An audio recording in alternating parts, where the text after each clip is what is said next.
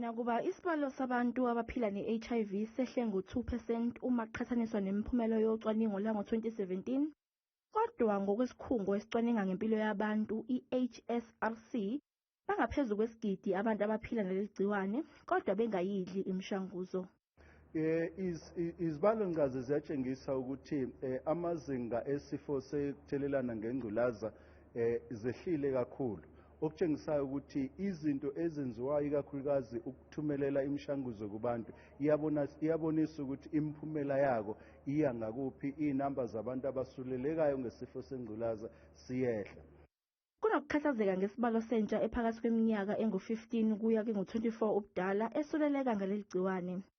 Imiphumela iveza ukuthi iningi layo lisuke lithandana nabantu abaningi noma nabantu abadala kunayo. Uthola ukuthi iripota ukuthi inabantu ayithandana nabo ngababili ngabathathu kuya phezulu, kodwa ijazi lomkhwenyana khona lapho abalisebenzisi. Lokho yizo zonke izinto ezikhathazayo, ikakhulukazi mawubheka ukuthi noma ngabe uyabonakala umahluko ukuthi khona okwenziwayo ngesifo sengculazi, kodwa kusenaleli qeqebana lentsha nabanye abantu ikakhulukazi besimame othola amazinga engculaza angaphezulu kubona. Zimbili izifundazwe eliphezulu izinga lesandulela ngculazi kuzo.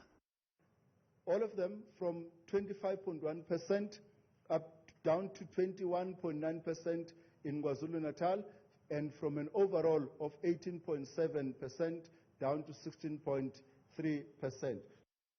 Lona-ke bekuwumbiko ofingqiwe ogcwele uzodedelwa ngoMbasa wonyaka ozayo.